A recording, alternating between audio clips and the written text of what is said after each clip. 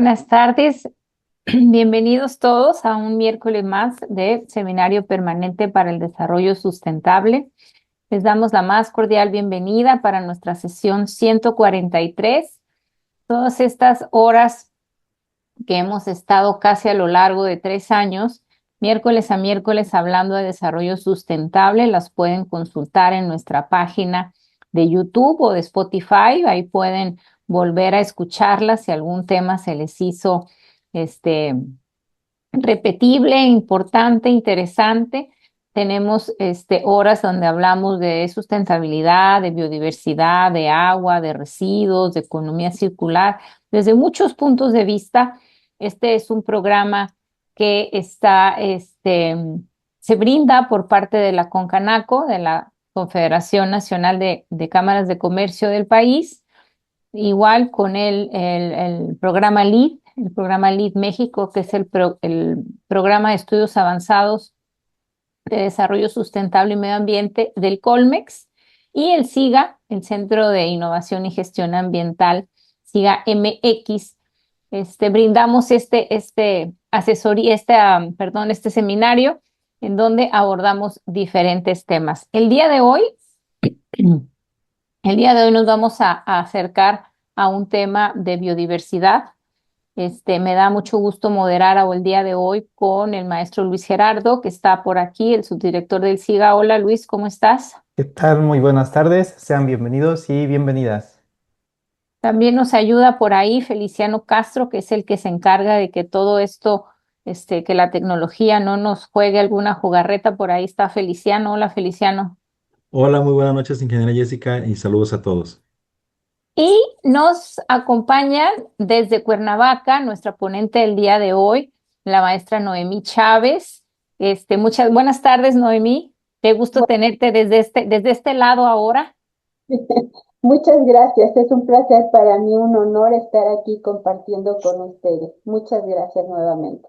Tengo que comentar que la maestra Noemí nos ha acompañado si no en las 143, casi en las 143 horas de este seminario, y el día de hoy la tenemos de este lado como ponente. Hoy nos vamos a acercar a un tema, diría yo, esencial para la comprensión y la acción a favor de la biodiversidad. Y me refiero porque vamos a comentar, a platicar sobre temas de las colecciones nacionales de aves como herramientas fundamentales para la conservación biológica y la generación de conocimiento científico, inclusive para la toma de decisiones basadas en evidencia.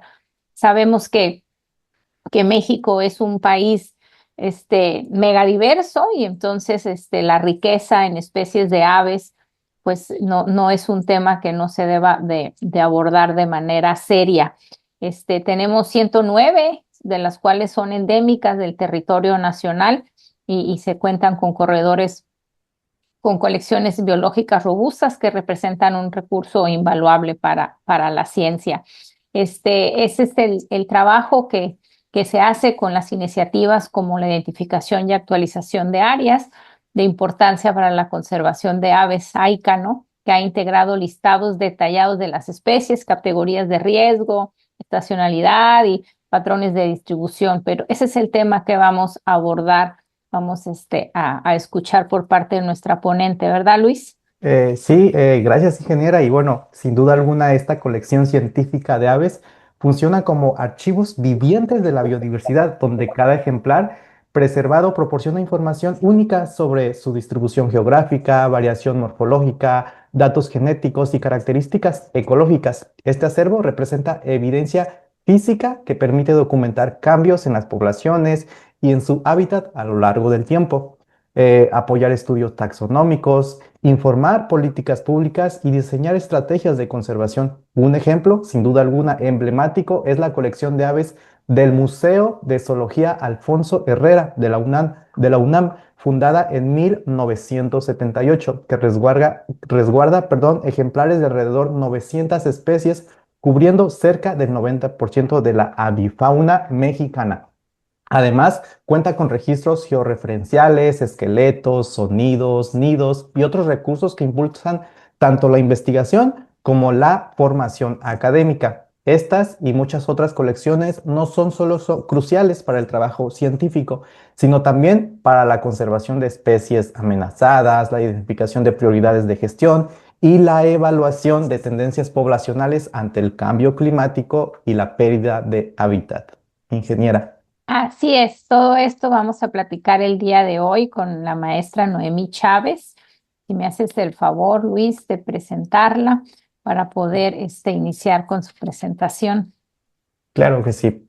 Realizó la licenciatura en la Escuela de Biología de la Universidad Autónoma del Estado de Morelos y su maestría en Ciencias Biológicas en la Facultad de Ciencias de la Universidad Nacional Autónoma de México, UNAM. En 1980 ingresó como becaria del CONACYT a la Colección Nacional de Aves y en 1990 becaria de intercambio académico por la UNAM y la Universidad de Guadalajara para realizar su tesis de maestría. Desde su contratación ha fortalecido su carrera académica en taxonomía y conservación de las aves de México, además de reforzar sus actividades con aspectos de educación ambiental y divulgación de la ciencia. En los 45 años que lleva como académica del Departamento de Zoología del Instituto de Biología, ha participado en actividades de docencia, producción, vinculación, difusión y divulgación de la ciencia, impulsando la ornitología dentro de la IBUNAM. Como parte de su superación académica, ha participado en 71 cursos de capacitación y especialización, ha impartido 10 cursos de capacitación y actualización a nivel licenciatura y posgrado enfocados al sector empresarial para agencias del impacto ambiental y sector gobierno como la Comisión Federal de Electricidad. En formación de recursos humanos, ha dirigido 70 servicios sociales, 14 tesis de licenciatura y 11 asesorías a nivel licenciatura y posgrado. Como parte de las actividades académico-administrativas en el IBUNAM, durante 15 años fungió como secretaria técnica de esta misma institución y como responsable de planeación del IB 15 años, programación presupuesto 10 años, de actividades de divulgación de ciencias 15 años, representante legal del IB ante la Comisión Nacional Forestal, la CONAFOR, la Comisión Nacional de Áreas Protegidas, la Secretaría de Medio Ambiente y Recursos Naturales, la Secretaría de Agricultura, Ganadería, Desarrollo Rural, Pesca y Alimentos y la Procuraduría Federal de Protección al Ambiente. Dentro de su producción ha publicado 9 capítulos en libros, 5 artículos, 27 fichas electrónicas, 13 listados faunísticos y 14 folletos de divulgación de aves. Muchísimas gracias por estar el día de hoy con nosotros. Bienvenida, maestra Noemí, y todos somos suyos, listos para escucharla. Gracias, qué amables. Pues buenas noches a todos los escuchas, a los telescuchas que están con nosotros. Y es un placer, vuelvo a reiterar, es un placer estar con ustedes. Entonces, pues sin más preámbulo, voy a compartir mi pantalla para que podamos iniciar ya.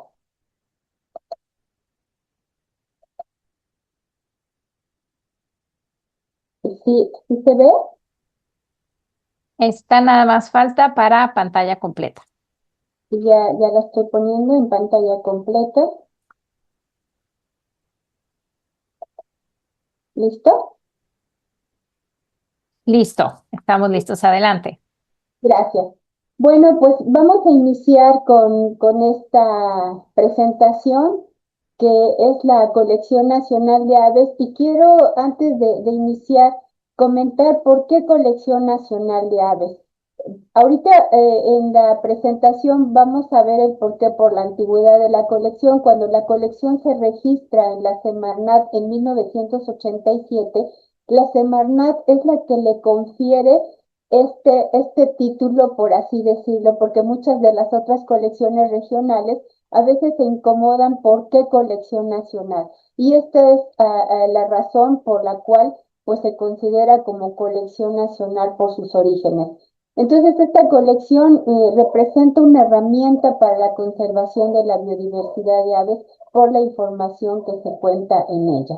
Y aquí en esta imagen ustedes van a apreciar varias especies que tenemos, el carpintero imperial que tenemos aquí que ya desapareció, vamos a ver más adelante, este colibrí, este saltapared y otras especies como el águila arpía, el tucán, la cotorra, que quise manejar esta biodiversidad para que ustedes vean la belleza y que todos conocen a las aves realmente, pero que vean la belleza de este capital natural con el cual contamos. La dividí la presentación en tres aspectos o temas: antecedentes e historia de la colección y la importancia de las colecciones biológicas y el acervo de la colección. ¿Cuáles son los datos que se manejan? ¿Qué es lo que hacemos? Para que ustedes vayan conociendo un poco más de este trabajo que realizamos en la misma. Dentro de los antecedentes, pues la colección ya tiene 123 años. Se inicia en 1903 en el Exmuseo de Historia Natural Nacional, de Historia Natural, lo que antiguamente se conocía como el Chopo. Ustedes pueden ver aquí el antes y el después de este museo, y en aquel entonces se contaba con 1.658 ejemplares en montaje de exhibición. Estos ejemplares eran proporcionados por la División de Estudios Biológicos y por la Comisión Geográfica Exploradora. Todos estos materiales se encontraban en esta presentación, por así decirlo, no como colección científica, y era custodiada la colección por el profesor Teodomiro Gutiérrez, que era un biólogo. Aquí en esta imagen vemos unas aves acuáticas y unas rapaces, y en esta otra el público que en aquel entonces asistía para conocer todas estas maravillas naturales. Debo decir que en el Chopo no solamente existía la colección nacional de aves, sino también se encontraban colecciones de mamíferos, reptiles, anfibios, de parásitos, había de medicina, fetos de medicina para estudios de medicina, fetos también para estudios en veterinaria. En fin, había ejemplares interesantes que llamaban la atención y era pues una razón más para visitar este gran museo. En 1917, 14 años después, se incrementa este acervo. De 1658 ya teníamos aproximadamente 5.000 ejemplares, todos en montaje de exhibición. Y es hasta 1931 cuando ingresa o se incorpora al staff académico el maestro Rafael Martín del Campo, que lo vemos aquí. El maestro Rafael del Campo era uno de los apasionados en la ornitología y en los anfibios y reptiles de México. Él impulsa justamente estas líneas, la sistemática y la taxonomía, y propone a las autoridades en aquel momento del Instituto del Chopo que las colecciones ya no fueran solamente para presentarlas en museo, sino que fueran colecciones de investigación. En aquel momento las autoridades consideraron que no era posible hacer este cambio, y pasó mucho tiempo después hasta que en 1957 la colección se traslada del Chopo a Ciudad Universitaria. Y años después, entre el 64 y el 65, se incorporan los mejores taxónomos de Norteamérica, el doctor Phillips y el doctor Dickerman, como investigadores y en aquel momento como administradores o responsables de las colecciones, de esta colección. Durante este periodo, ellos desmontan todos estos ejemplares para colección científica, porque ya iba a ser una colección de investigación, ya no iba a ser de exhibición, sino de investigación. Y en 1965 y 69 ingresan los maestros Gonzalo Gaviño y Carlos Juárez, en paz descansen los maestros, que lograron avances notables para conformar una verdadera colección científica, que eran estudiantes al principio que entraron como servicios sociales y después se quedaron como responsables. Entre el 74, en la década de los 70, 74 y 75, otra estudiante, la maestra Isabel Castillo, ingresa como responsable de la colección, y realmente es ella la que reorganiza todos estos ejemplares y registra el primer catálogo, el primer inventario de esta colección que en aquel momento no se tenía. Los curadores ya en la década de los 70, casi en los 80, se empiezan a nombrar curadores, que viene de la palabra en Estados Unidos, que es curator, que es la persona que se encarga de cuidar, de custodiar realmente, de conservar una colección científica. Es la persona responsable del cuidado de esta colección. Y en el 75 y 79 regresa el maestro Gonzalo Gaviño, mejorando los servicios de la colección. Y ya en la década de los 80, la doctora Lourdes Navarijo, responsable de la colección, ya nombrada curadora, incrementa la colección a 15,000 ejemplares, de los 5,000 a 15,000, y esto obedece a que los que éramos estudiantes en aquel momento ingresamos para hacer nuestra tesis de licenciatura y entramos a un magno proyecto que fue financiado por el Banco Interamericano de Desarrollo, el Consejo Nacional de Ciencia y Tecnología y el Instituto de Biología, como director el doctor José Sarucán Kermes, quien con este proyecto trata de que nosotros todas las colecciones pues analicemos, ahora sí que hiciéramos un barrido en todos los estados de la República para colectar todas aquellas especies que no se encontraban registradas en nuestras colecciones. Y no hablo solamente para la colección de aves, sino para las 10 colecciones de zoología que hay en el departamento y la del herbario en el departamento de botánica del Instituto de Biología. Así que durante 10 años se estuvo trabajando y como resultado, pues colectamos 10,000 ejemplares que se suman a estos 5,000 y entonces es por esa razón que ya se incrementó esta colección y se organizan los procesos curatoriales. En ese momento, la doctora Lourdes Navarijo viaja a Estados Unidos al Smithsonian y toma todos esos procesos curatoriales para aplicarlos en nuestra colección.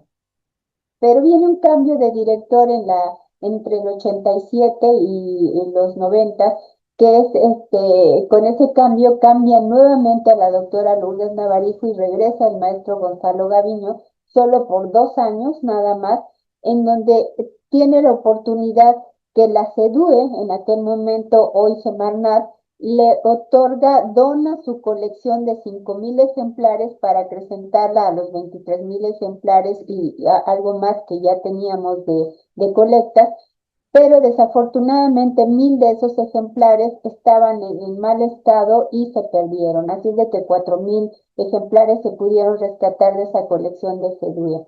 Y ya para los 90 y 92 ingresa la doctora Enriqueta Velarde, que en esa época fue la directora de vida silvestre de Semarnat, y ella es la responsable y su servidora somos las responsables de la colección. Y en 1992 regresa la doctora Escalante de su doctorado en Nueva York y se incorpora a la colección y tanto ella como su servidora pues ahora somos las curadoras de esta colección y actualmente cuenta con 33,000 ejemplares. Estos son los datos cronológicos de esta colección. Solo como dato adicional para que ustedes conozcan el antiguo edificio del Instituto de Biología, que actualmente es el Instituto de Ciencias del Mar y Limnología. Se encontraba cerca de la Facultad de Veterinaria, se encuentra cerca de la Facultad de Veterinaria, y para mejorar las condiciones de las colecciones nos mudamos a un nuevo edificio que es que todos lo conocen como el edificio de ladrillos, que son 4 módulos, donde estaban las colecciones zoológicas en el módulo D y ahí se encontraba nuestra colección de aves.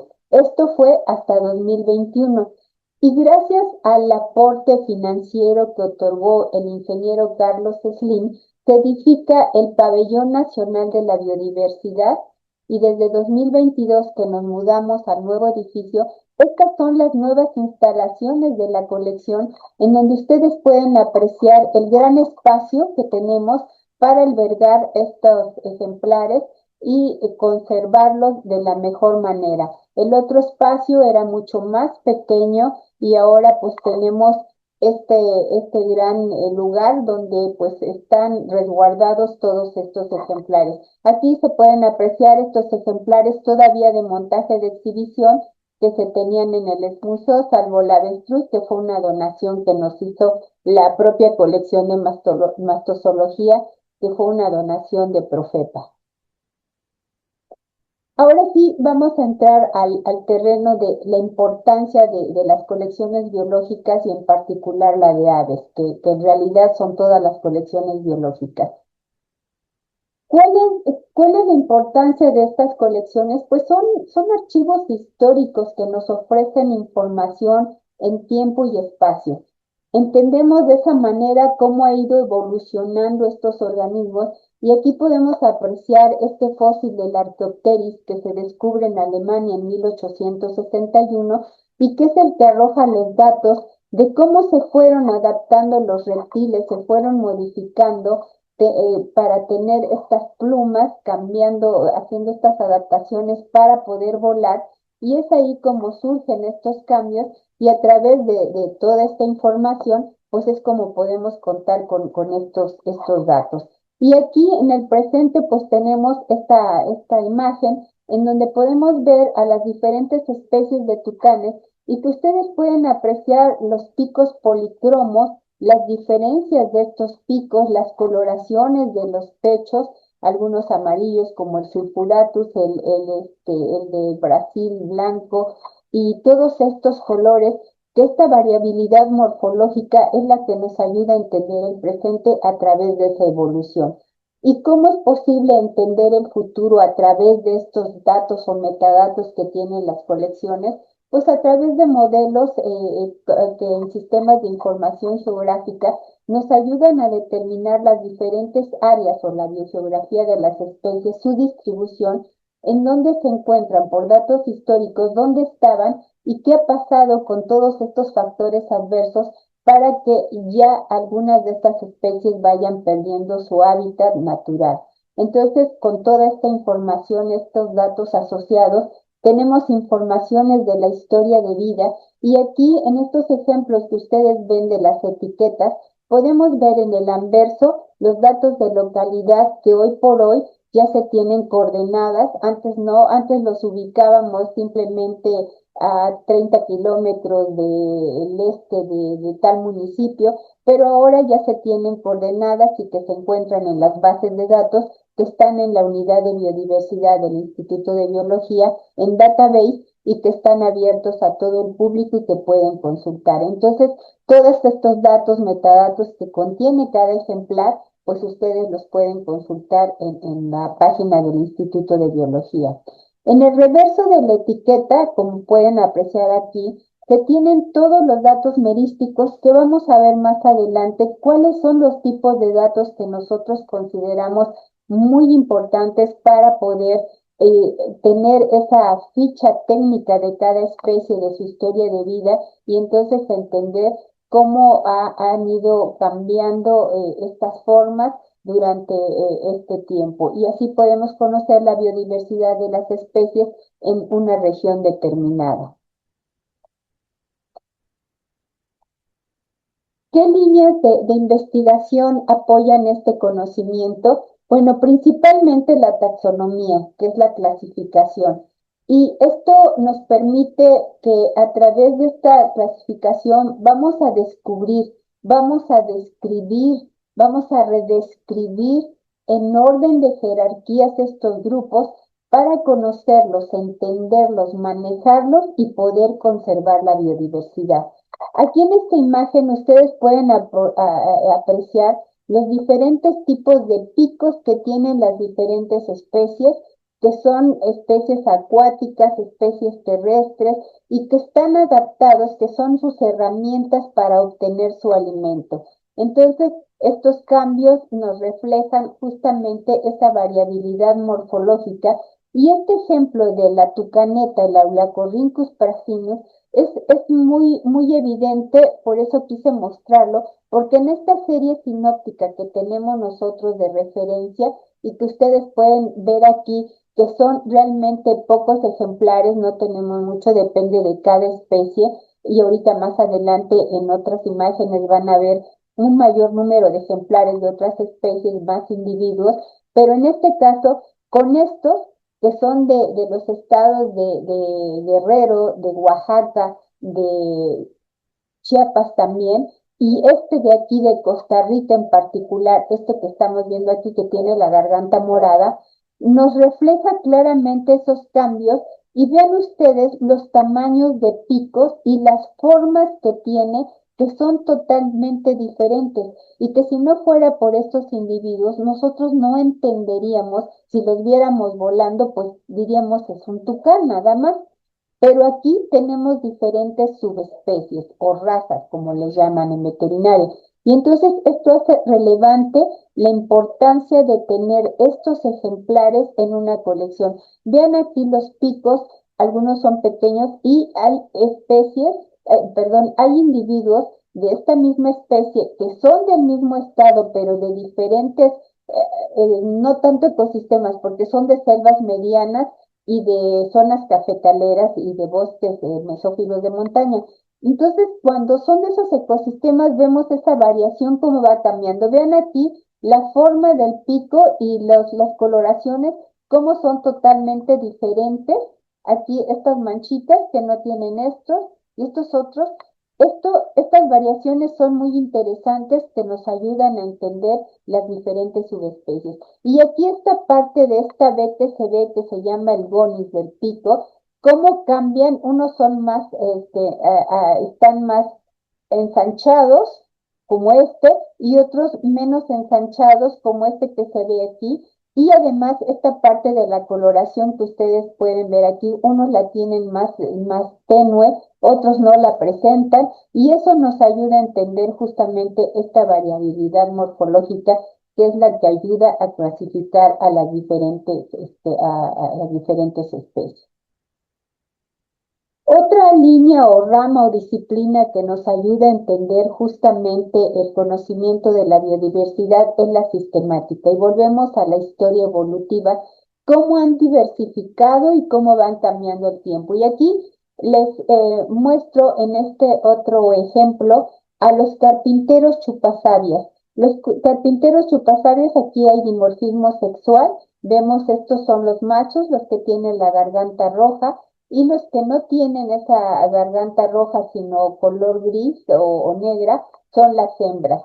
Pero vean también aquí estas diferencias, cómo baja la mancha negra del pecho, en algunos baja casi hasta el vientre, otros no, y eso nos ayuda a identificar, o esta que baja mucho más, y hasta el vientre, y entonces estos cambios nos ayudan a entender con estas series de ejemplares cómo van cambiando las subespecies.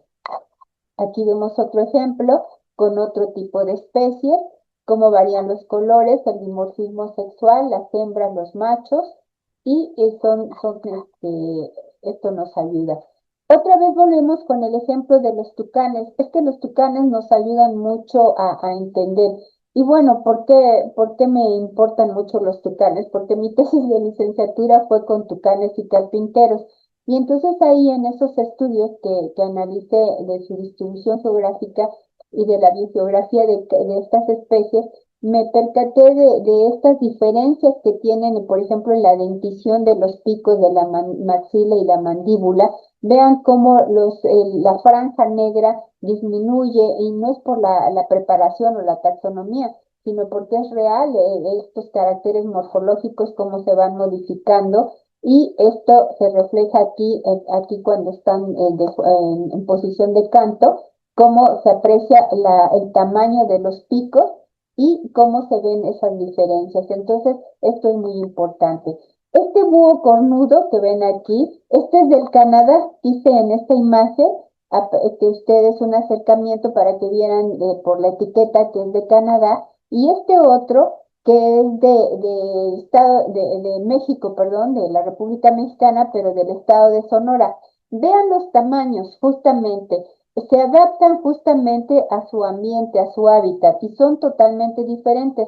Si no conociéramos de aves, diríamos que son especies totalmente diferentes y es la misma especie. El mismo caso para este carpintero, el Picoides villosus. Vean, este es de la zona norte de México y, perdón, este es de Estados Unidos y estos son de México y vean que son más oscuros y los de Estados Unidos son un poquito más blancos. Entonces vean esa variabilidad morfológica, cómo se va presentando en cada una de estas especies. Y aquí un cladograma o un árbol con sus diferentes ramas cómo han ido evolucionando las aves, que esto es la sistemática, y los estudios de biología molecular que a través de análisis de las plumas con el ARN y el DNA, pues nos ayudan a ver el parentesco entre muchas especies y esto ha provocado que la Unión de Ornitólogos Americanos cada año vaya modificando el número de especies y que hoy por hoy, si antes teníamos 1060 especies, hoy por hoy tenemos 1135, porque las que eran subespecies han pasado a especie y esto se modifica cada año. Sobre todo el doctor Clemens y el doctor Joel Freecraft, que son los ornitólogos que están en la Unión de Ornitólogos Americanos, son los que trabajan todo este tipo de información y son los que modifican estos checklists para hacer los cambios y es por eso que se van incrementando el número de estas especies. Otra rama que nos va a ayudar los sistemas de información geográfica son los modelos predictivos de la biodiversidad. Y entonces esta herramienta nos ayuda mucho a ver su distribución histórica y los registros que se tienen en GIVIS. Y aquí podemos apreciar en estas serranías de la República Mexicana cómo estaba en aquellos momentos una especie de ave y después cómo se modifica actualmente entre 2013 y 2023, cómo se ven estos parches ahora, cómo van desapareciendo de su hábitat muchas especies y es por eso que se puede predecir por análisis de computación con estas técnicas de modelación y de datos históricos a través de factores abióticos como la temperatura, el clima, la precipitación, el hábitat de la especie, que van a proyectar esos cambios de una población y la disminución de su área. Entonces, por eso se puede predecir con estos modelos predictivos cómo se encontraba la especie y posteriormente cómo van desapareciendo estos individuos, las poblaciones se van mermando y aquí tenemos cómo es que se va aumentando el número de especies de organismos de las diferentes clases y vemos que las aves no son la excepción, las aves justamente para 2022 manejan los ornitólogos que están desapareciendo cada año entre 8 y 9 especies de aves. Entonces, esto es muy importante, estas herramientas para conocer justamente la biodiversidad de especies y que es a través de los metadatos justamente que existen en los ejemplares de colección científica. Y aquí esta especie que es el canastero flamulado, que aquí podemos también apreciar la intensidad de la distribución, cómo está y de la actual, la pasada y la actual, y pues cómo va variando justamente esa intensidad y la futura que se predice, que pues de continuar con esto, el cambio climático y otros factores adversos, pues se pueden perder muchas de estas especies. Otros estudios, como los químico-ambientales, los de toxicología, en la década de los 80 hubo un problema muy serio con los opilotes. Los opilotes en la República Mexicana empezaron a desaparecer y se cuestionaban mucho cuál era la razón de la merma de esas poblaciones. Y estudios que se hicieron en Estados Unidos de toxicología encontraron que los pesticidas que se aplicaban, estos químicos que se aplicaban a las zonas agrícolas, provocaban que los zopilotes que se alimentan de cadáveres no era precisamente que las especies, el individuo muriera, sino que en el momento la hembra de ovopositar por el oviducto, cuando pasa por el oviducto, se va llenando el huevo de una capa de calcio. Pero por el problema de estos pesticidas, esa capa de calcio no existía y cuando trataban de empollar, pues ellas mismas, las hembras, rompían los huevos y se perdía la nidada. Esto provocó la merma de las poblaciones de los zopilotes y por estudios de toxicología en Estados Unidos y México detectaron el problema y pues ahora, hoy día, pues ya no ya se aplican controles biológicos, que esto ayuda un poco para evitar ese tipo de situaciones. También se están estudiando metales pesados en las plumas, en la sangre, y se ha encontrado que hay varios metales pesados en estos organismos, y pues imagínense, esto lo tienen las aves, que será también los humanos. En ecología de las especies, pues las relaciones de los organismos y su entorno.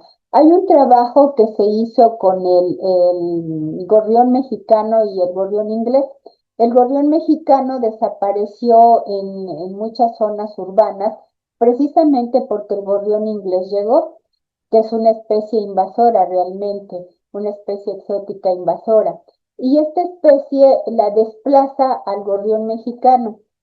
¿Cómo hace un estudio el Instituto de Ecología de la UNAM, en donde se percatan el regreso de de gorrión mexicano, el Armophorus mexicanus, que justamente hace sus nidos? Si el gorrión inglés los hace en un lado, el gorrión mexicano busca, se adapta y dice, no voy a competir con esta especie, pero voy a hacerlo en los semáforos, en las cornisas de algunos edificios, y empiezan a edificar sus nidos, pero ellos, para cubrirlos, lo hacen con las colillas de cigarro, que están como muy algodonosas.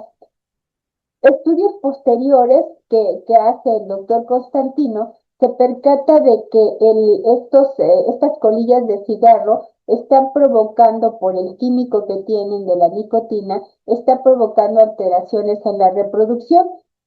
Ya no se continuó el estudio, no supe si el doctor Constantino siguió con ello, pero quedó en ese estudio, en una tesis de maestría, en donde se percataron de que estos químicos estaban alterando la reproducción de la especie. Pero bueno, hay otros individuos de la misma especie que hacen otros nidos con otro tipo de materiales que valen de todo, y bueno, no hay tanto pérdida en esa parte de la reproducción de la especie. Los estudios de contenidos estomacales son importantes, porque con ellos pues podemos ver la información que se tiene del tipo de alimento que están consumiendo, y a través del microscopio electrónico de barrido que se tiene en el Instituto de Biología, esas partículas pequeñas de insectos las podemos llevar, y entonces saber qué tipo de insectos están consumiendo, para entender sus hábitos de alimentación, que nos ayudan también como un dato adicional a toda esta información que se tiene en estos ejemplares. Y por último, pues los estudios de biología molecular, que son los procesos vitales de los organismos desde su estructura molecular, en donde se analizan las proteínas del ARN, el DNA, para ver el parentesco entre estas especies, que son los estudios más completos. Sin embargo, el doctor Joel Cruycraft, en una presentación, en una ponencia que dio en el Jardín Botánico, él maneja que debe de hacerse un estudio más integral, un estudio de taxonomía y sistemática integral, en donde no solo se vean los caracteres morfológicos, sino también que vayan asociados a los estudios de la ecología de la especie, es decir, conocer la historia de vida, cómo se relaciona con su entorno y con todos estos caracteres morfológicos y los caracteres anatómicos, para poder clasificar a las diferentes especies y entenderlas mucho mejor en estos procesos. ¿Qué acciones tomamos para conocer las colecciones y del por qué su conservación? Bueno, pues la investigación es muy importante, y a través de artículos científicos, con la difusión científica, las diferentes publicaciones, pues es como se reflejan los avances de la ciencia en el conocimiento de la biodiversidad. La comunicación o la divulgación de la ciencia es muy importante, porque esta información llega hacia la sociedad, que es la que realmente está interesada en saber qué es lo que está pasando, porque además pues pueden decir, mis impuestos a dónde están yendo con todas estas investigaciones, que son a largo plazo y que quizás no vea resultados. Y entonces es cuando se comunica a la sociedad toda esta información, a través también de la educación ambiental y a través de las exhibiciones o exposiciones de biodiversidad en donde participamos para dar a conocer este gran capital natural y ubicar a las colecciones en el contexto del patrimonio nacional. Es ahí donde yo comentaba que la Semarnat le confiere a nuestra colección como una colección nacional y como un patrimonio nacional. Esto es muy importante. Las demás colecciones regionales están registradas ya también, pero la única que tiene el carácter de nacional es la colección del Instituto de Biología, todas las colecciones del Instituto de Biología. Ahora sí entramos a la parte de datos de la Colección Nacional de Aves. Actualmente esta colección figura como una de las primeras y las más completas a nivel Latinoamérica.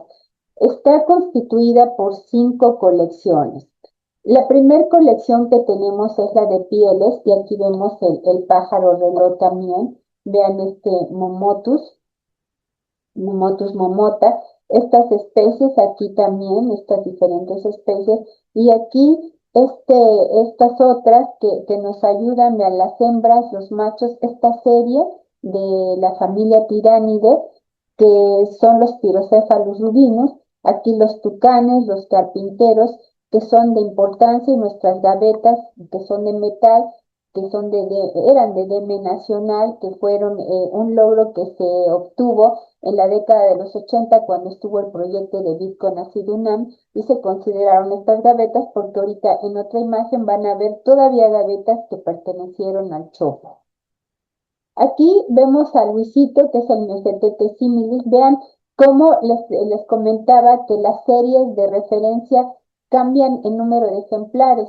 A veces nos preguntaban, el doctor Phillips siempre nos preguntaba, ¿cuántos ejemplares debe de tener una colección científica? Nosotros como estudiantes a veces no sabíamos qué responder y empezábamos a hacer un análisis. Bueno, si hay diferencias entre machos y hembras, pues que sea uno de cada uno. Pero si se distribuye en todos los estados en los 32 más 2, pues deben de ser 34. Pero si hay inmaduros y jóvenes, en fin, nosotros dábamos números. Y al final el doctor Phillips nos decía, uno más del que ya se tiene. Y esto lo aclaro porque muchas veces o muchas personas, incluyendo académicos, no de nuestra área, otro tipo de académicos, dicen que las colecciones son un lugar de almacén y nada más. Y es por eso que la idea de presentar esta plática era con ese fin y ese propósito de entender cuál es la importancia de tener estos ejemplares y estas series. En este caso vemos un gran número de especímenes de este Luisito, pero vean este caso, son 3 individuos solamente del águila pescadora y no colectamos más. Hoy por hoy les puedo decir que ya no colectamos, solamente tomamos muestras de sangre y de plumas para poder, o hasta de un tarso, no quitamos el tarso, cortamos una uñita, cortamos un pedacito de su tarso, de la escama, para poder tener esas muestras para hacer los análisis moleculares. Esta otra del colibrí fandanguero, vean ustedes este Campylopterus, que realmente los machos, que son los más coloridos, y las hembras, estos realmente son un gran número, y igual aquí sucede con el pájaro reloj, que tenemos un buen número, pero como esta especie de talla grande, pues son realmente pocos ejemplares los que se tienen.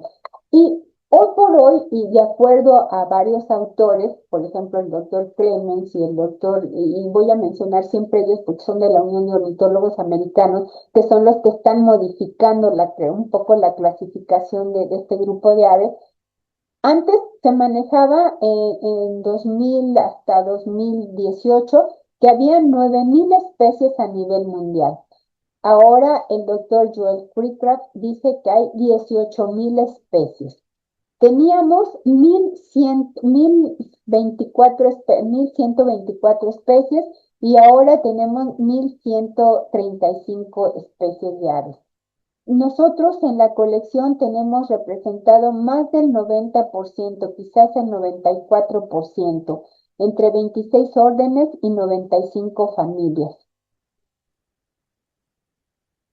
Otro ejemplo del colibrí berilo, Saucerotia berilina. Vean ustedes el reacomodo. Nosotros reacomodamos de manera filogenética bajo Clemens hasta 2023, porque reitero, cada año van modificando y estar moviendo 30 y tantos mil ejemplares, pues no, la verdad no nos hace gracia y hasta este año dejamos de hacer ese movimiento y vamos a concluir con el grupo de los paseriformes, las aves canoras, ya para reorganizarlos bajo ese nuevo rearreglo, clasificación que todos los museos o colecciones científicas del mundo están manejando.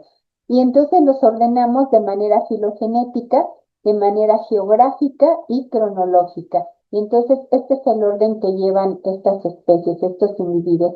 Vean esta especie, la Esturnella magna, o su nombre común, tortilla con chile.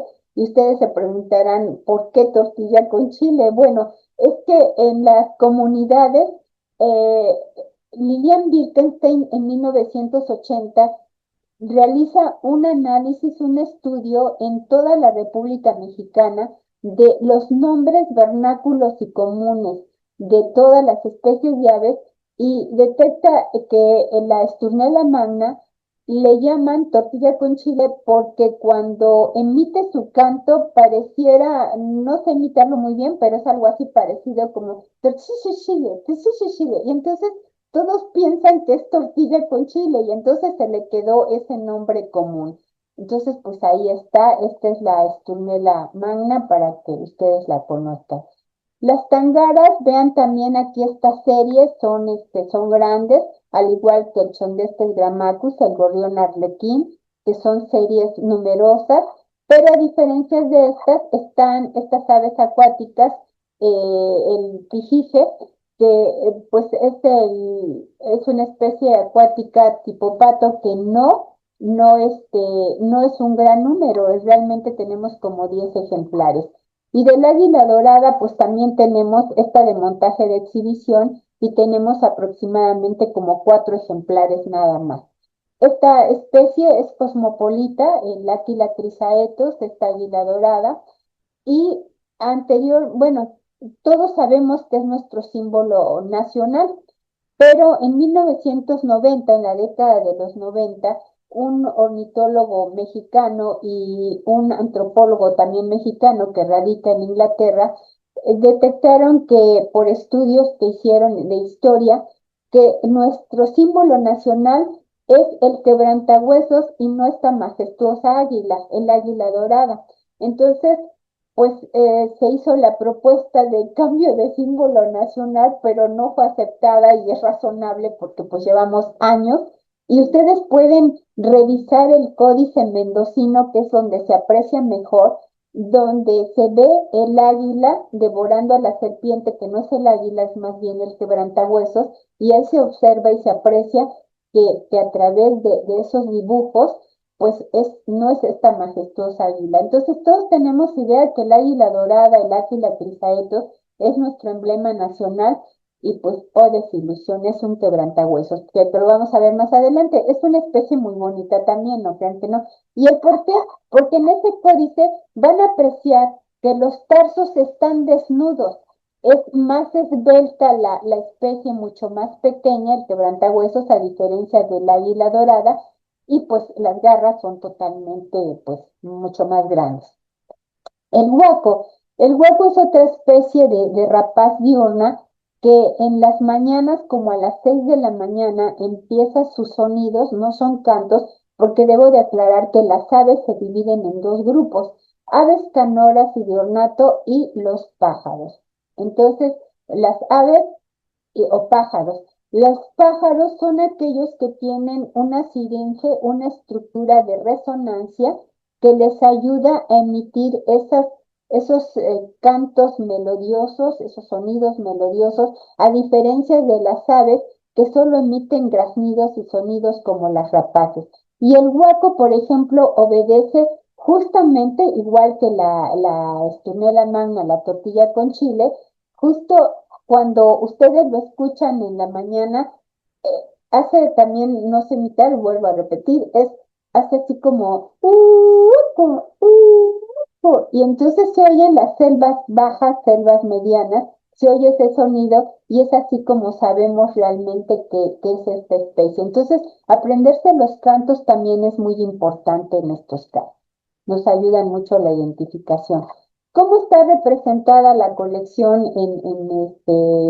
la representatividad de especies en la colección? Pues los mayores estados con una mayor representación son Oaxaca, Guerrero, Veracruz, Chiapas, Michoacán, México, Jalisco y Morelos.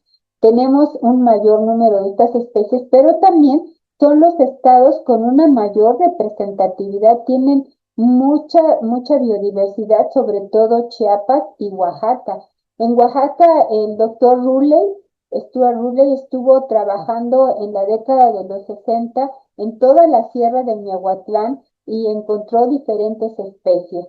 En otros estados también, Veracruz también cuenta con unas 700 especies, Oaxaca como 900, Chiapas 800 y fracción, Michoacán va por esos números, México, Jalisco y Morelos son de los estados con mayor biodiversidad en México. Y de los grupos de aves mejor representados en nuestra colección están las palomas, los pericos, los colibríes, los pájaros carpinteros, de los grupos de los paseriformes, los mosqueros, los cuervos, berlines y chipes, que son los de la familia Parúlide, y de la familia Cardinalidae y Traupide están los piquigordos y gorriones. Entonces, estos son los mejores grupos o familias que están mejor representados en nuestra colección.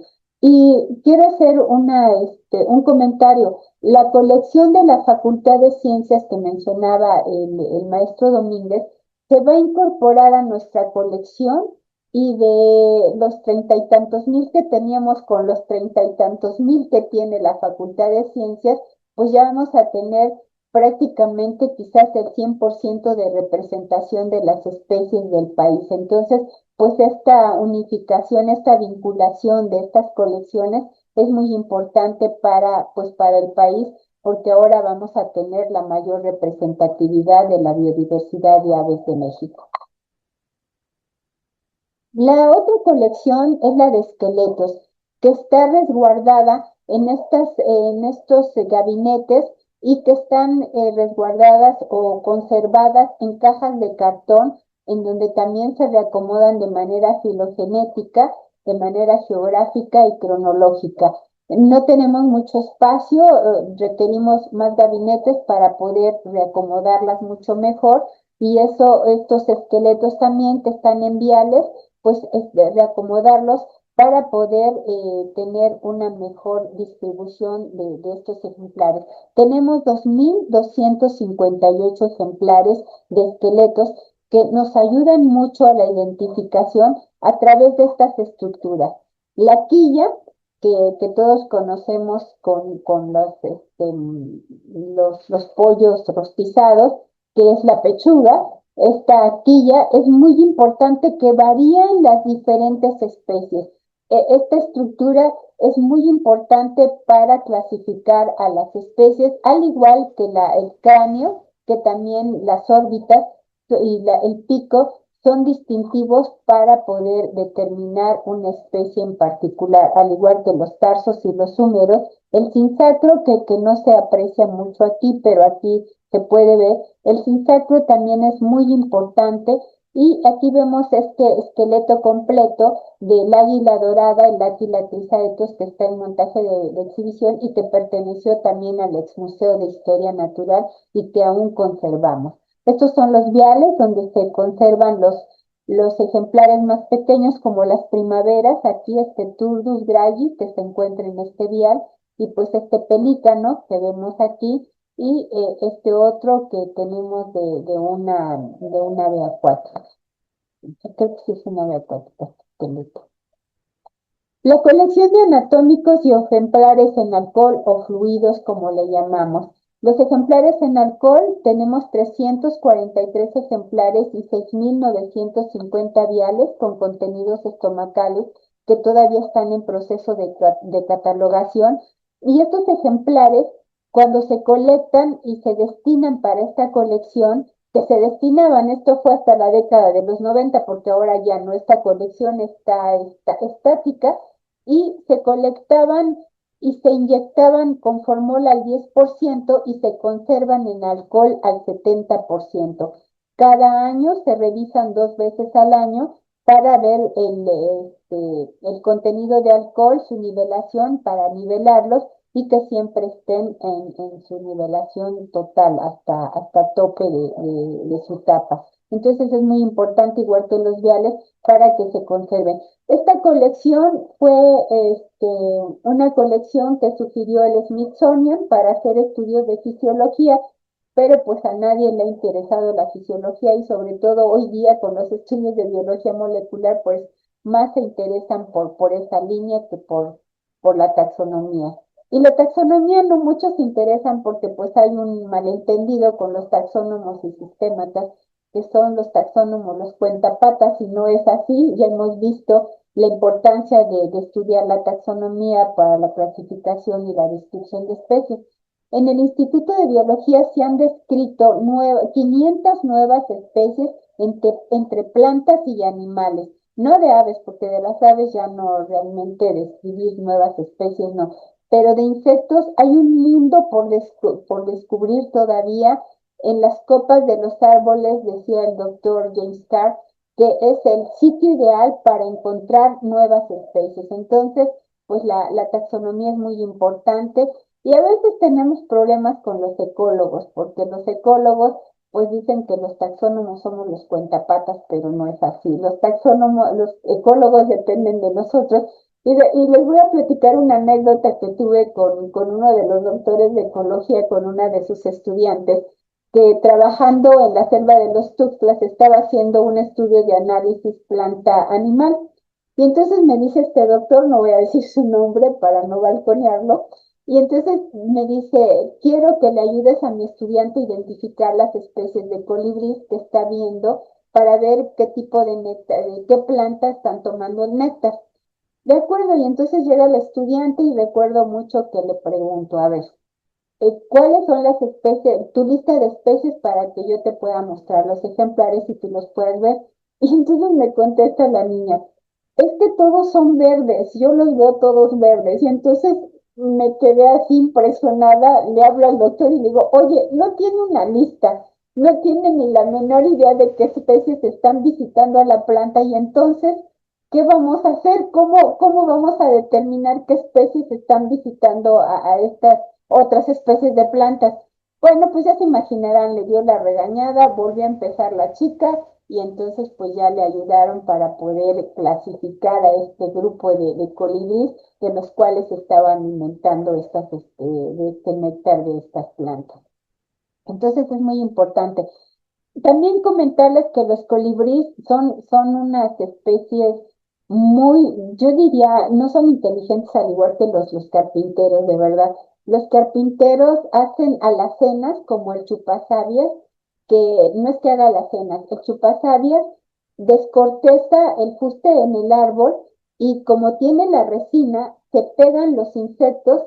Llega el carpintero, se alimenta del insecto, quita las alitas, engulle solamente el cuerpo, y es así como lo lleva a sus crías. Se sincroniza en la época de reproducción, igual que el carpintero bellotero, que hace horadaciones en el fuste del árbol, mete una bellota. Y cuando yo estaba estudiando los carpinteros decía: bueno, es que justamente está haciendo su alacena. Sí, está haciendo su alacena, pero para que los insectos lleguen, depositen su larva en la bellota y él tenga su súper a la mano. Entonces baja, toma el alimento y se los lleva a sus críos, porque los críos ellos siempre se deben de alimentar primero de proteína, y las vitaminas vienen después con la fruta. Entonces es muy importante este tipo. Por eso digo que los carpinteros y los colibríes también son inteligentes, porque la flor que ellos ya tomaron el néctar de esa flor, ya no la visitan, y bien que identifican, regresan cada 10 15 minutos y la identifican, y entonces visitan la otra flor. Y esto lo supimos también en un estudio que hicimos con el doctor Ornelas en la Estación de Biología Chamela, en donde, haciendo este análisis, tomábamos la medida del néctar con un aparato y marcábamos el árbol y las flores donde se suponía que estaban visitando estos colibríes. Y ahí nos dábamos cuenta que llegaba el colibrí y ya no picaba esa flor, picaba otra porque él ya sabía que esa había tomado el néctar de esa planta, entonces de esa flor. Entonces es muy interesante toda esta información que son datos que se van adicionando también a toda esta información que tenemos en los catálogos de campo de cada colector. Entonces, pues aquí está nuevamente, aprecien ustedes aquí el ejemplar que está sumergido en alcohol y la etiqueta que tiene aquí el membrete oficial, este es de albanene, no como el de los esqueletos de nidos, huevos y de pieles, que es de algodón 100%, debe de ser algodón 100% para que no se corra la tinta. Y aquí es de albanene y se conservan todos los datos en alcohol, así de que no hay problema de que se pierda esta información. La colección de nidos y huevos es muy importante y vean también que se resguarda en estas cajas de cartón que pues estas las hicimos nosotros. Estamos adquiriendo nuevas cajas para guardarlos y conservarlos mejor. Y vean los tipos de huevos que se tienen y las formas que tienen ovoides, redondas, ovales, y los nidos como este de carpintero, que es de un cactus, y tenemos 161 nidos y 589 huevos. Aquí quiero hacer una observación, porque es muy importante que en las visitas guiadas que damos a la colección siempre nos preguntan, pero ¿por qué sacrifican a las aves en el periodo de reproducción? No, no lo hacemos. Voy a aclarar, la cantidad de número de huevos que tenemos y de nidos han sido donaciones que nos han otorgado el público en general y algunos compañeros que en sus colectas han encontrado estos nidos vacíos y otros que nosotros hemos encontrado cuando salíamos a campo visitando algún ambiente o ecosistema. Nosotros en ciertas localidades marcábamos los nidos y veíamos que estaba en periodo reproductivo, pues no lo colectábamos. Regresábamos después y si veíamos que el nido seguía ahí, lo colectábamos. Los huevos, sí, los dejábamos también, pero si veíamos que eran abandonados, pues entonces los colectábamos, pero fueron pocos realmente, más bien han sido donaciones. Y la mayoría de los huevos es el resultado de una colecta que se hizo en Isla Raza con la doctora Enriqueta Velarde, pero no porque ella lo hiciera, sino porque fue un decomiso que se hizo en Isla Raza. Las gaviotas pardas y las golondrinas de mar anidan en el suelo. Y entonces llegaban los pescadores, cuando no era un área natural protegida, llegaban los pescadores y se llevaban los huevos para repostería fina ahí en Baja California. Y entonces, pues, Enriqueta, cuando estuvo en la Dirección de Vida Silvestre en la Semarnat, fue cuando propuso el Alto Golfo de California como una reserva o área natural protegida, y esto permitió que la Marina apoye a esta isla y a otras y las resguarda. Entonces ella ha trabajado 45 años en Isla Raza con el doctor Anderson y entonces se daban cuenta que las colonias de esta especie de la gaviota parda y de las golondrinas, la Sterna máxima y elegans, estas especies que anidaban ahí eran custodiadas por las nodrizas, que eran las gaviotas y golondrinas jóvenes, porque las adultas salían a buscar el alimento y entonces abandonaban los nidos y las gaviotas jóvenes o las golondrinas de mar eran las que custodiaban a estos nidos. Pero ya les decía, había un saqueo de huevos y esos huevos fueron a parar a la colección justamente. Por eso esa gran cantidad de huevos que tenemos y de formas y colores. Aquí pueden ustedes apreciar, este es de un mulato que se alimenta de estos frutos de mora, de ahí su color azul, y estas el candelero del Imantopus mexicano, que es un ave acuática y que es parecido al del Sterna elegans, vean aquí, se parecen mucho, está pigmentado, son aves acuáticas del tipo de organismos del cual se alimentan, pues esto da como resultado este tipo de pigmentación. Los nidos, las diferentes formas, los de colibrí, de copita, este de gorriones y este otro de un verdín, y este de un cacique o de una oropéndola, que son los tejedores más grandes. Hay nidos hasta de 2,5 metros, como este tipo, que son los que hacen las oropéndolas, que se ven a veces en la carretera yendo hacia Veracruz. Se ven ahí todos estos nidos colgándose en Jalisco, ¿no? Que se notan estos nidos de los tejedores. Y por último, la colección de tejidos que están conservados en un área de criogenia y en el Pabellón Nacional de la Biodiversidad. Esta es una imagen anterior cuando estábamos en la antigua colección, donde están los racks, pero ahora les digo, hay un área de criogenia donde están todos los tejidos de todas las colecciones del instituto, que se conservan a -74 grados bajo cero. Entonces, pues aquí hay músculo en estos viales, hay músculos, sangre, muestras de sangre, donde se están analizando por los diferentes investigadores, y hay 1,000 viales con 1,000 muestras, y esto acrecenta un poco más el número de ejemplares en la colección y que todavía no están catalogados, porque pues estos, cuando se hacen los análisis, pues ya se pierde este tejido. ¿Cuáles son las actividades en la colección nacional? Pues es el trabajo de campo, de laboratorio, los procesos curatoriales y comunicación de la ciencia. Las actividades inician desde la colecta. Aquí tenemos redes ornitológicas donde se atrapan a los diferentes ejemplares que pueden ser anillados y liberados o colectados para la colección. Y se incorporan a los ejemplares a la colección. Aquí se están incorporando a la colección.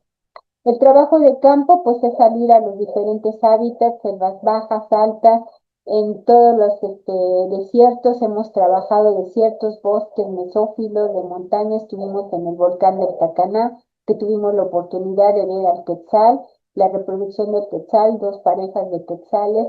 Es maravilloso, de verdad, ver ese tipo de conductas, como el macho lleva la comida a la hembra para proporcionarle a los críos, y solamente en el bosque de niebla, en ese bosque nuboso, se ven como si fueran hojas de lecho.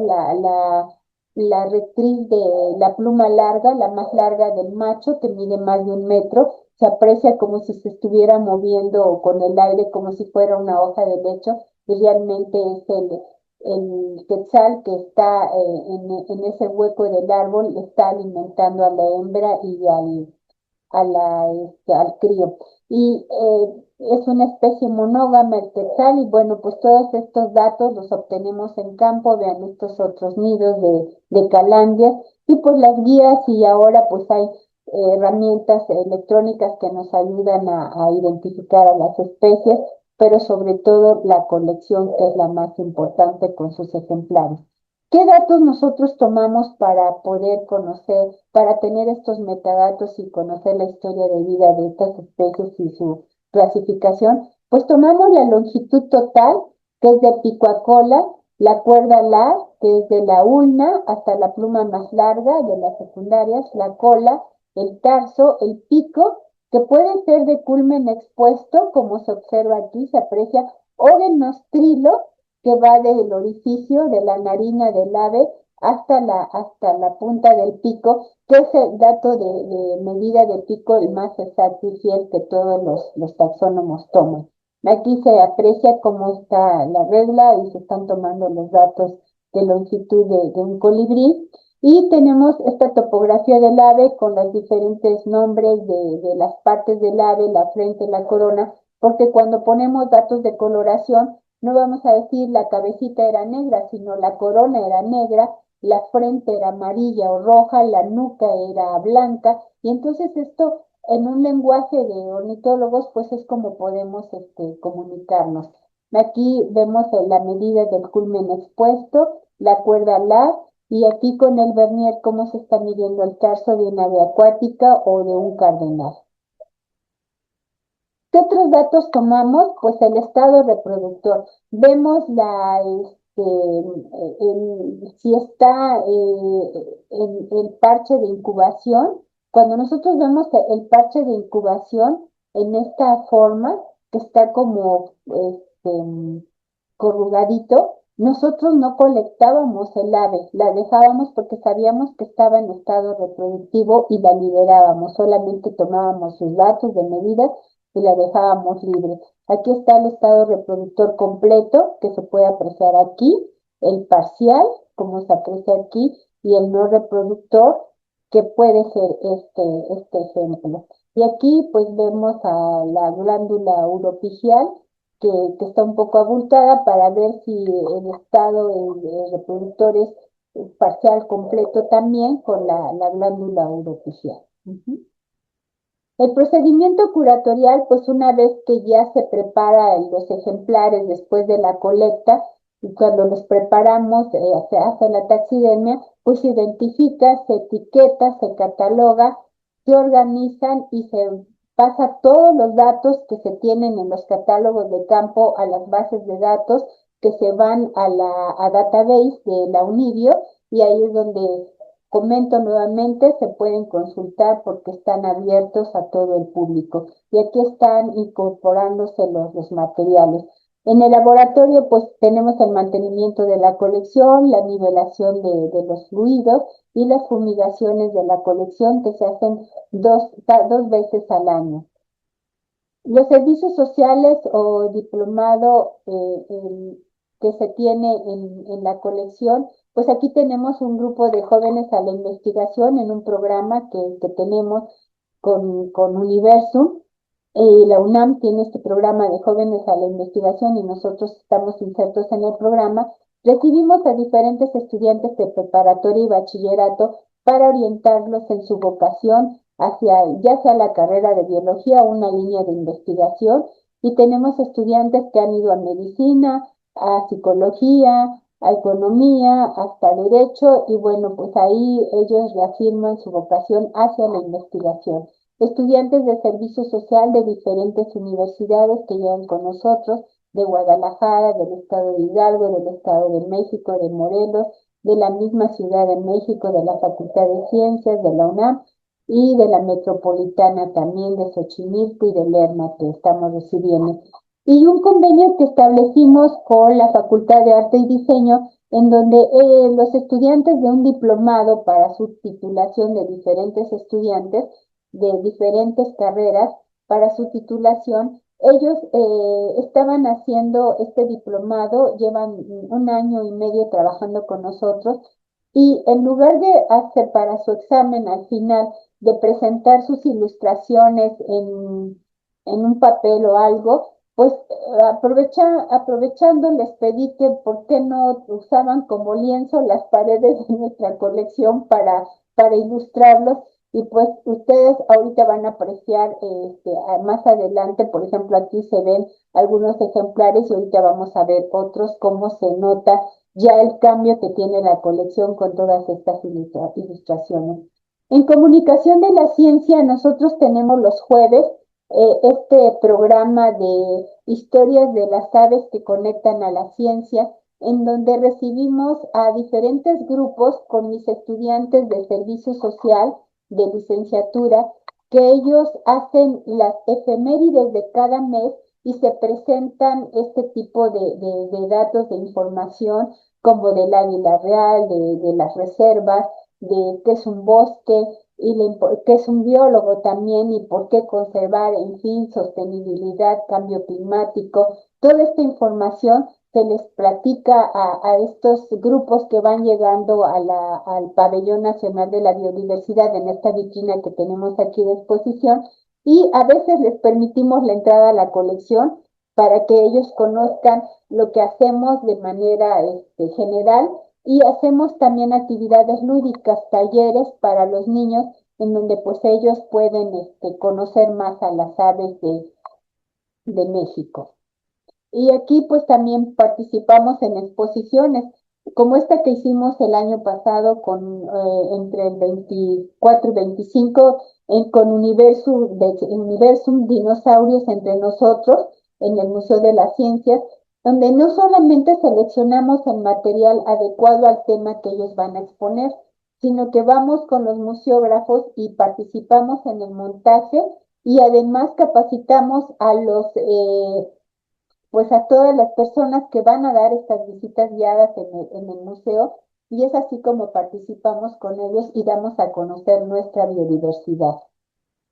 Aquí está nuestra avestruz que tenemos en la colección y pues vean cómo se participa en estas exposiciones. ¿Por qué son relevantes las aves? Pues bueno, las aves desde el punto de vista ecológico pues cumplen varias funciones. Una de ellas es que son insectívoras, que son especies que se alimentan de insectos y que pues nos ayudan a controlar las plagas. Las polinizadoras, como los colibríes o robadores de néctar, como la diglosa varicula o algunas calandrias que roban el néctar, pues bueno, son especies importantes que ayudan, al igual que las frugívoras, como el tucán y otras especies, a dispersar las semillas.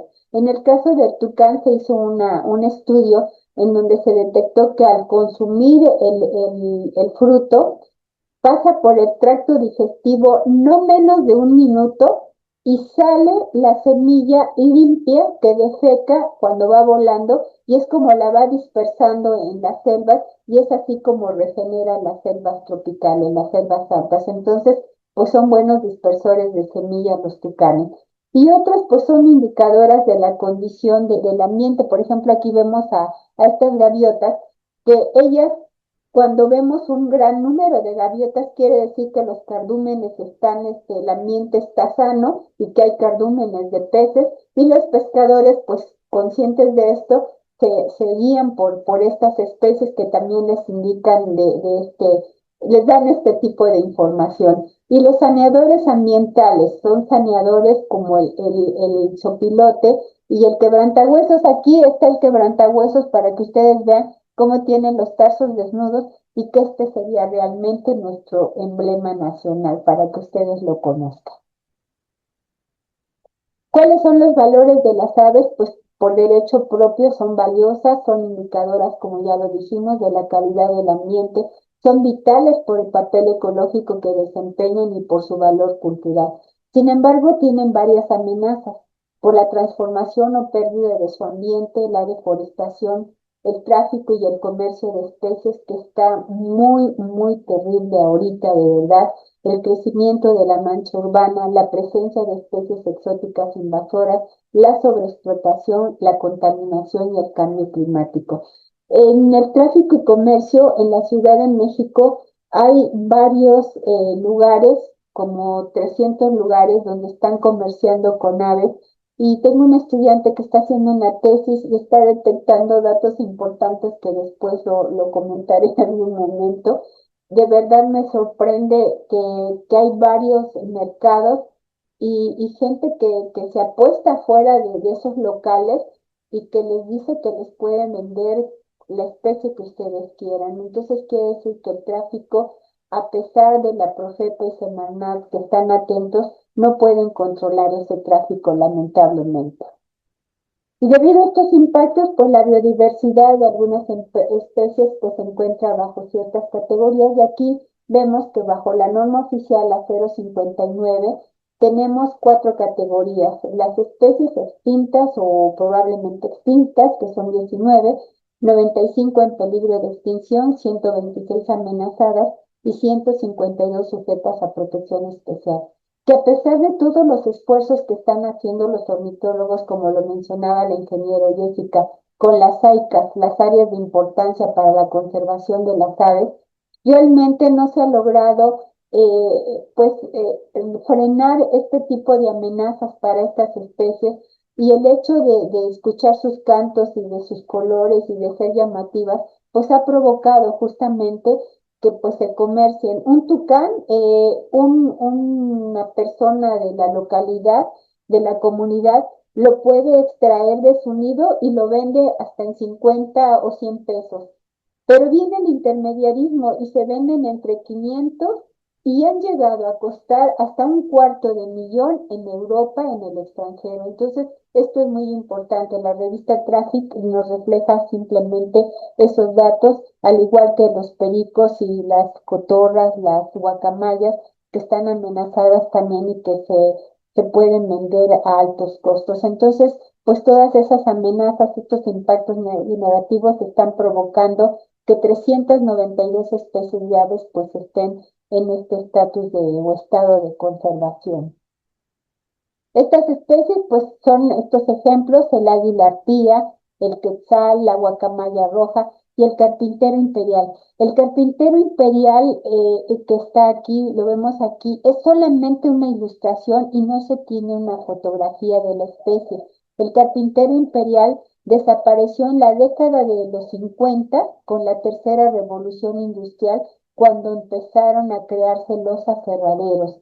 En los bosques de encino y de pino empezaron a desaparecer esta especie porque desaparecían estas especies de árboles y pues obviamente le quitaron su hábitat, su refugio para reproducirse y su alimento, y entonces desaparece el carpintero imperial, que hasta todavía a la década de los 60, 70, consideraban algunos autores que sí existía.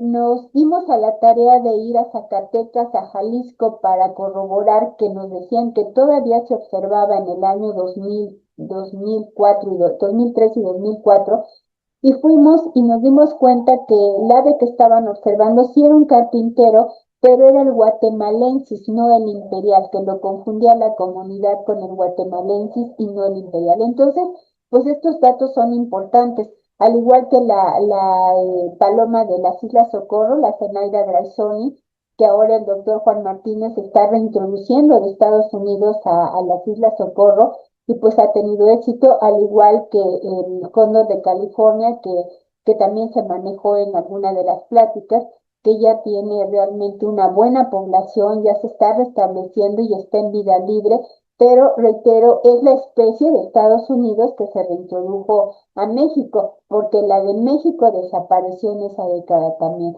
Y el zanate de Lerma, el Quiscalus palustris, que es otra especie que también desapareció en esa década de los 50 en el Lerma por la contaminación del agua y por la desaparición de los tulares, que era su hábitat principal. Entonces, pues esto hace posible que muchas especies vayan desapareciendo, y aquí están estos ejemplos. La guacamaya, que ahorita está trabajando la doctora Patricia Escalante y liberando los tuxtlas, que está con ayuda de veterinarios, están pues protegiéndola realmente en un proyecto muy importante.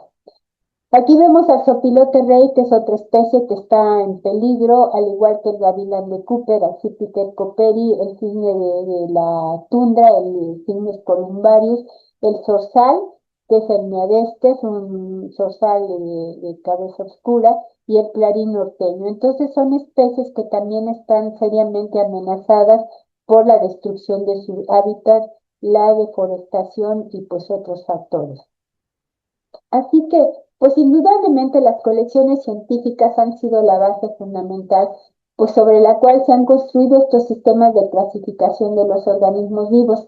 Y en estas colecciones biológicas, ven este ejemplo, es así como se ve en el Smithsonian. El Smithsonian, si nosotros tenemos 30 y tantos mil ejemplares, el Smithsonian, que acabamos de recibir a un grupo del Smithsonian de ahí, de ornitólogos, y nos platican que tienen nada más y nada menos que 1.100.000 ejemplares de especies de aves de México. 1.100.000. Y son poquitos. Pero nosotros tenemos solo 30 y tantos mil, y a veces algunos académicos y personas se asustan de lo que tenemos.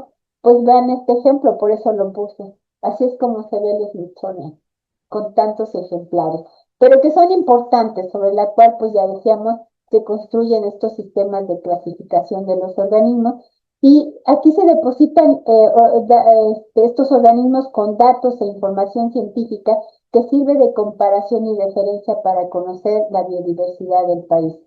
La conservación de la biodiversidad es de interés común para la humanidad y tiene importancia para satisfacer sus necesidades críticas. Y entonces, ¿por qué conservar? Pues por razones científicas, ecológicas, económicas, éticas, estéticas y espirituales. Vean esta selva, qué impresionante, me encanta. Y bueno, rápidamente para que ustedes conozcan la colección, lo que yo les comentaba, este es el acceso a nuestra colección, no va acorde a nosotros. En el caso de nosotros le pusieron un mamífero, no debería de ser, pero bueno, esperemos que lo cambien ya para que dé la apariencia que es la colección de aves. Y aquí está la entrada, esta es la entrada a nuestro laboratorio y vean las especies que han ido de alguna manera ilustrando estos estudiantes del diplomado y que pues cambia la estética de nuestra colección y la hace más llamativa. Son todas las especies que están en estatus de conservación justamente para representarlas en estas ilustraciones. Y ven aquí el interior este es el pasillo que da a nuestras oficinas de todos los académicos. Aquí está la entrada a la colección. Estas son más especies que están aquí, tanto en los pasillos como dentro de la colección. Y vean ustedes los estudiantes trabajando con los procesos curatoriales, el laboratorio. Vean aquí también otra vez las gavetas. Estas gavetas son las que les decía que pertenecieron al Chopo. Estas gavetas las hemos conservado, están desde entonces y pues las cuidamos mucho porque son muy importantes para nosotros, no solamente los ejemplares, sino también las gavetas. Estos son los ejemplares en montaje de exhibición que se tenían, salvo la avestruz que les comentaba. Todas estas especies eran del ex Museo del Chopo y que pues requerimos vitrinas para exhibirlas y pasarlas al Museo del Pabellón. Estos son los compactadores que nos ayudan a resguardar estas especies. En todos estos gabinetes o gavetas de metal son resguardadas en estos compactadores que nos ayudan a abrir espacio para optimizar mejor el mismo. Estas son las gavetas también del Museo del Chopo y ya empiezan aquí las de metal. El laboratorio de la colección y pues este es el Pabellón Nacional de la Biodiversidad en una vista nocturna que se ve impresionante. Me encanta mi lugar de trabajo y pues yo les agradezco su tiempo y el haberme escuchado. Espero esta información les ayude. Muchas, muchas gracias. Maestra Noemí, muchísimas, muchísimas gracias. Nos dejó realmente impactados, impactados y muchísimas felicidades por todo el trabajo, por los años, por la contribución. Y bueno, sí me quedo un poco con el quebrantahuesos y el águila, ahí voy a tener alguna confusión de identidad, pero a pesar de eso, yo creo que ¿por qué conservar? Pues si no fuera otra cosa, pues porque nos conviene, ¿no? Las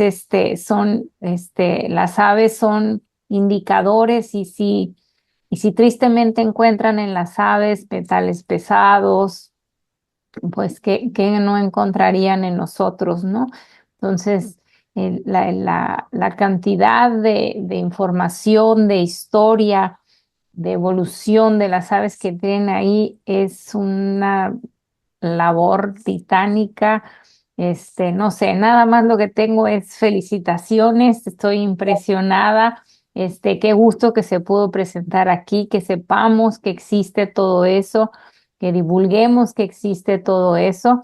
Y voy a darle a Luis, por ahí vamos a darle rapidito unas preguntas del público. Claro que sí, sí, rápidamente. Listo. Por parte de Carmen Rodríguez, quien nos acompaña de Tijuana, qué inventario tan maravilloso e importante para el avance del conocimiento de la biodiversidad en México. Por parte de Hernández Pérez Iris, muchas gracias. Se nota el amplio conocimiento de la ponente y de igual manera hizo una pregunta. ¿La colección realiza intercambios entre instituciones o qué tipo de alternativa llevan a cabo para incrementar el número de ejemplares? Y otra preguntita por parte de Enrique Serrano Galvez, quien nos acompaña de Chapingo. Enorme esfuerzo e investigación, divulgación y conservación. Mi amplio reconocimiento. Estimo que mantener la infraestructura con la que cuenta para realizar estas actividades y los recursos financieros deben ser considerables. ¿Los recursos con los que cuentan actualmente son suficientes? ¿Cuál es su fuente más importante? ¿La propia UNAM, el gobierno federal, ONGs, organismos internacionales o otros? Bueno, con respecto a la primera pregunta, si hacemos intercambios con instituciones, no, no lo hacemos.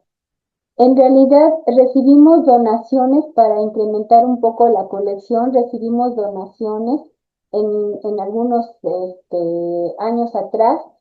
Hay una donación del Ecuador, del señor Manuel Olaya e hijos que donaron.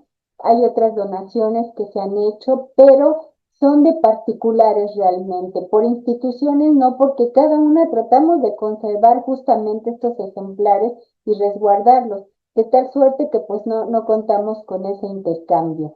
Sin embargo, tenemos varios ejemplares de otros países, pero que fueron resultado cuando estuvo el doctor Alan Phillips, que él sí intercambiaba, pero él hacía sus intercambios personales con las propias instituciones, y es por eso que tenemos este tipo de especímenes. En cuanto a los recursos, no, el pabellón fue gracias al financiamiento del ingeniero Carlos Slim, pero más allá del edificio no contamos, que yo les hice saber en su momento que se requieren vitrinas para estos ejemplares de montaje de exhibición y no contamos, los recursos son propios del instituto de la UNAM y no contamos con financiamiento externo a pesar de que a veces se presentan proyectos al CONACYT, pero hoy por hoy los recursos para investigación no son los adecuados como antes. Se han minimizado mucho y pues depende más del tipo de línea de investigación para los cuales sí se apoya. Pero para este tipo de infraestructura no se está apoyando, es otro tipo de investigación, así de que el financiamiento es totalmente del Instituto de Biología. Muchas gracias. Maestra, algunas de las preguntas propuestas por ejemplo, por parte de David Alberto, quien nos acompaña de Chetumal, y por parte de Adrián Amador, quien nos acompaña de Quintana Roo, pues las responde, pero no sé si quiera ahondar un poco más sobre cuáles son los desafíos actuales que enfrenta la colección de aves para su viabilidad y sostenibilidad a largo plazo. Uno de los desafíos es el dinero, el financiamiento realmente. Y hoy por hoy, pues bueno, uno de los compañeros académicos que estaba con nosotros se jubiló, pero ya va a ingresar otro investigador a la colección y tendríamos ya 3 investigadores y su servidora para trabajar en la misma. El problema aquí ya no es el espacio, antes era el espacio y ahora gracias a este edificio pues contamos con un buen espacio, un suficiente espacio. Lo que sí hace falta es el recurso económico para lograr nuestras metas en los compactadores para poder resguardar todos estos ejemplares y ya no tenerlos como ustedes apreciaron en algunas diapositivas, las gavetas que están sueltas fuera de compactadores. Entonces los compactadores son costosísimos, se hizo un presupuesto de más de 1 millón, casi 3 millones, y pues entonces no tenemos todavía ese recurso para ese tipo de apoyos.